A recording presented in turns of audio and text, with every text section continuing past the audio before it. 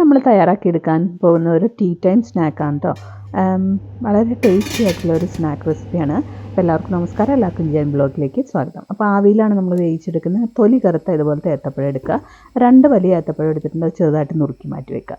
അപ്പോൾ ഒരു പാനിലേക്ക് അല്പം നെയ്യ് ചേർത്ത് കൊടുക്കുക. ഞാൻ കുറച്ച് പോർഷൻ നെയ്യാണ് ചേർത്തിട്ടുള്ള, ഒരു ഹെൽത്തി കോൺഷ്യസ് ആയതുകൊണ്ട്. പക്ഷേ നെയ്യുടെ അളവ് കൂടുതൽ ചേർക്കുന്നതിന് കുഴപ്പമില്ല. അപ്പം ടേസ്റ്റൊക്കെ വേണമെങ്കിൽ കുറച്ചുകൂടി ചേർക്കുക. അപ്പം നെയ്യിൽ തന്നെ വേണമെന്നില്ല കേട്ടോ, ഏത് ഓയിലായാലും കുഴപ്പമില്ല. നെയ്യിലാകുമ്പോൾ ഇച്ചിരി ടേസ്റ്റ് കൂടുതൽ വേണം. അപ്പോൾ ഏത്തപ്പഴം ഒന്ന് കുക്ക് ചെയ്ത് മാറ്റണം. അപ്പോൾ അതിനു മുമ്പ് നമുക്ക് കയ്യിലുള്ള നട്ട്സ് കുറച്ച് ചേർക്കാം. ഞാനൊരു 1/4 കപ്പ് അളവിൽ നട്ട്സ് എടുത്ത് വെച്ചിട്ടുണ്ട്. ഞാൻ ചേർക്കുന്നത് വാൽനട്ടും കാഷ്യൂനട്ടും ചെറുതായി നുറുക്കിയതാണ് കേട്ടോ ചേർക്കണം. അതൊന്ന് പയ്യെ റോസ്റ്റ് ചെയ്തെടുക്കണം. അതിൻ്റെ കൂടെ തന്നെ തേങ്ങ ചിരകിയതും ചേർത്തിട്ട്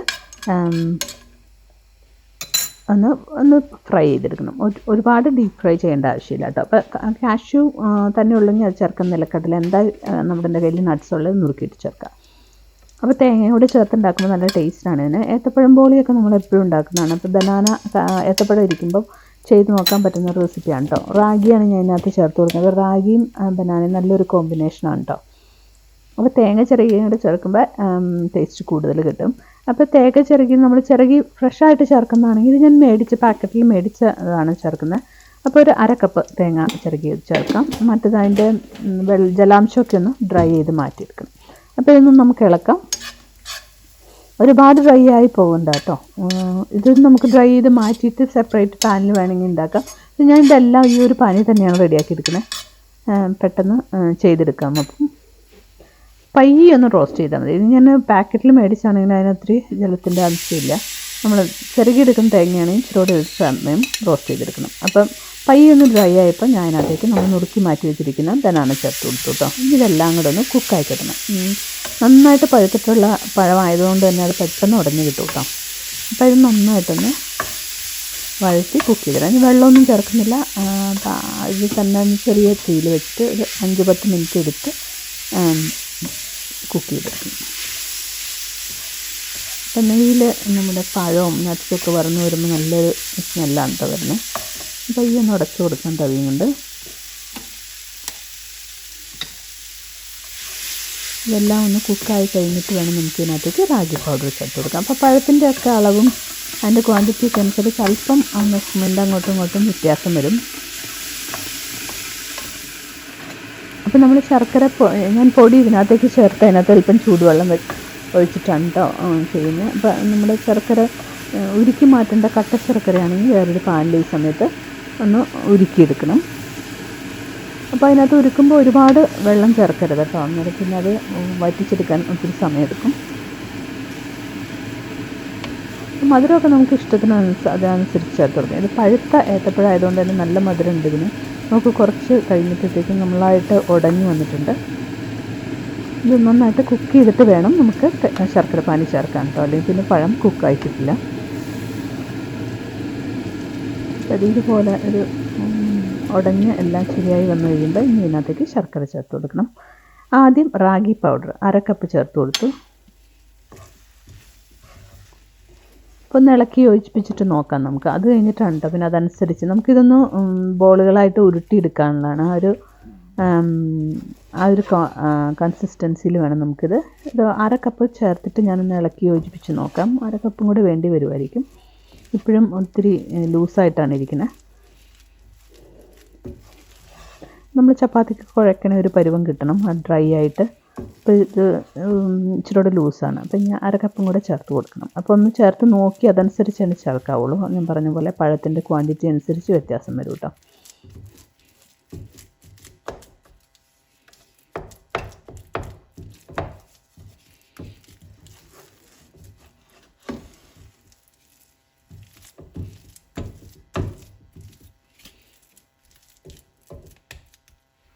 അപ്പോൾ ഞാൻ 1/2 കപ്പും കൂടെ ചേർത്ത് കൊടുത്തു കേട്ടോ.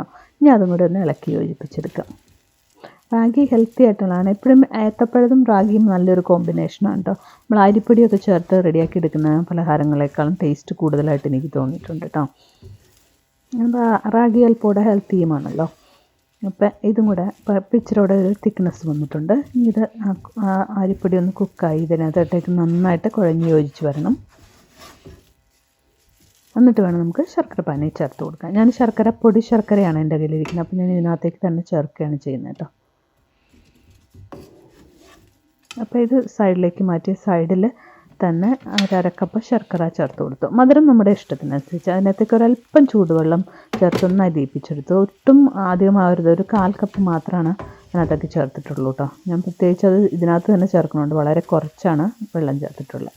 ഇനി ആ വെള്ളവും ഇതെല്ലാം കൂടെ കൂടി ശർക്കരപ്പാനി നമ്മുടെ ഈ ഡോവിലൊന്ന് യോജിപ്പിച്ച് കിട്ടണം. അപ്പോൾ ആ വെള്ളം മുഴുവനൊന്ന് വറ്റി നമുക്ക് ചപ്പാത്തിയുടെ ഒരു ഡോ പോലെ ഒരു പരുവത്തിൽ കിട്ടണം. എങ്കിലാണ് നമുക്കത് ഉരുട്ടിയെടുക്കാൻ പറ്റുള്ളൂ.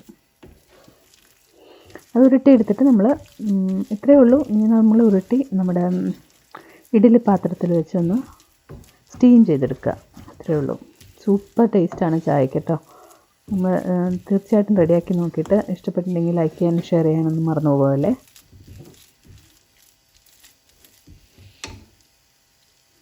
ഇപ്പോൾ തന്നെ ഒന്ന് ടേസ്റ്റ് ചെയ്ത് കൊടുത്ത് സൂപ്പർ ടേസ്റ്റാണ് കേട്ടോ.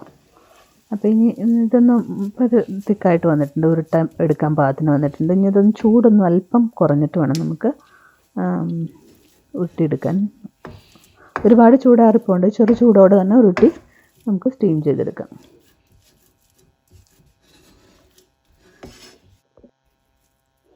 കയ്യിൽ അല്പം എണ്ണ തടവിയിട്ട് ചെയ്ത് കൊടുക്കാം, അല്ലെങ്കിൽ എണ്ണയോ നെയ്യോ എന്തെങ്കിലും കയ്യിൽ തടവിയിട്ട് അപ്പോൾ സ്റ്റിക്കാവാതിരിക്കും. അപ്പോൾ ഉരുട്ടിയെടുത്ത് എല്ലാം ഒന്ന് ഉരുട്ടി മാറ്റാം. ഞാനൊരു നമ്മുടെ അവലോസുണ്ടയുടെയൊക്കെ ഒരു പകുതി വലുപ്പത്തിലാണ് റെഡിയാക്കി എടുക്കുന്നത്. നമുക്ക് ഇഷ്ടാനുസരിച്ച് വലുപ്പം കൂട്ടിയെടുക്കാം. അതുപോലെ വളരെ ചെറിയ ഉണ്ടകളാക്കി എടുത്തിട്ട് നമുക്ക് വേണമെങ്കിൽ ശർക്കര പാനിയിൽ ഒന്നുകൂടി ഒന്ന് ഗ്ലേസ് ചെയ്തെടുക്കുകയൊക്കെ ചെയ്യാം. ഞാൻ ജസ്റ്റ് ഇങ്ങനെ ഒരു ചെറിയ ബോളുകളാക്കി സ്റ്റീം ചെയ്തെടുക്കാം കേട്ടോ. വളരെ ഫാസ്റ്റായിട്ട് തീർന്നു പോയി, അത്രയ്ക്കും സൂപ്പർ ടേസ്റ്റായിരുന്നു. അപ്പോൾ നിങ്ങളും തയ്യാറാക്കി നോക്കണം. അപ്പോൾ ഞാനിതെല്ലാം കൂടെ ഒന്ന് ഉരുട്ടി മാറ്റിയിട്ട്, അപ്പോൾ കയ്യിൽ സ്റ്റിക്ക് ആവേണ്ടെന്ന് തോന്നുവാണെങ്കിൽ അല്പം ഓയിൽ തടവി കൊടുത്താൽ മതി.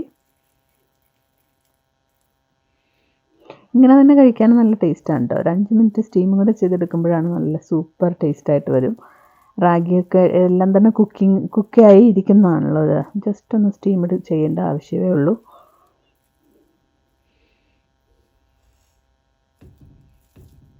ചെറിയ ചൂടോട് കൂടി തന്നെ നമുക്ക് ഇങ്ങനെ ബോളുകളായിട്ട് എടുക്കണം കേട്ടോ. അല്ലെങ്കിൽ ഒത്തിരി തണുത്ത ചിലപ്പോൾ ഇച്ചിരൂടെ ഡ്രൈ ആയി പോകും.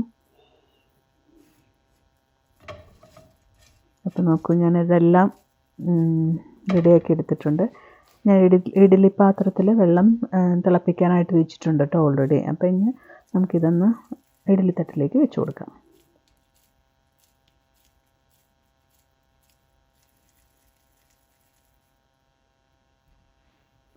നമ്മൾ സ്റ്റീം ചെയ്തെടുക്കുമ്പോൾ ഇച്ചിരി ഒരു ഗ്ലേസിങ് കിട്ടും കേട്ടോ. നമ്മുടെ ആ റാഗിയൊക്കെ അതിനകത്തിരുന്ന് സ്റ്റീമായി വരുമ്പോൾ നോക്കൂ. അപ്പം ഞാൻ ഒരു തട്ട എടുക്കുന്നുള്ളൂ, ചെറിയ ബോളായതുകൊണ്ട് തന്നെ നമ്മൾ നിറയെ അങ്ങനെ വെക്കാം. 1, 2, 3 വീതം ഒരു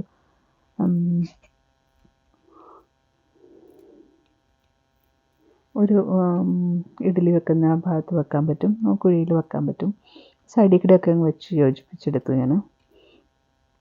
അല്ലെങ്കിൽ സെപ്പറേറ്റ് വേണമെങ്കിൽ അതിന് സ്റ്റിക്കായി ഒന്നും ഇരിക്കില്ല, ഒരുമിച്ച് വെച്ചാലും. നമ്മൾ ആ കൺസിസ്റ്റൻസി പാകമാണെങ്കിൽ നമുക്ക് ഇതിനകത്ത് തന്നെ ഒന്നിൽ തന്നെ റെഡിയാക്കി എടുക്കാം, സ്റ്റിക്കായി പോവില്ല. 1, 2 ബാക്കിയുള്ളത് ഞാൻ എല്ലായിടത്തേക്കും കൂടി അങ്ങ് നിരത്തി വെച്ചു കേട്ടോ. പെട്ടെന്ന് സ്റ്റീം ചെയ്തെടുത്തിട്ട് വരാം.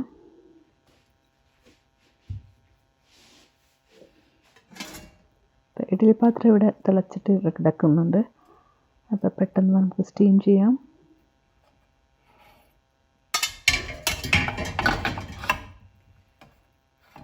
അഞ്ച് 10 മിനിറ്റ്, അതിൽ കൂടുതൽ വേണ്ട.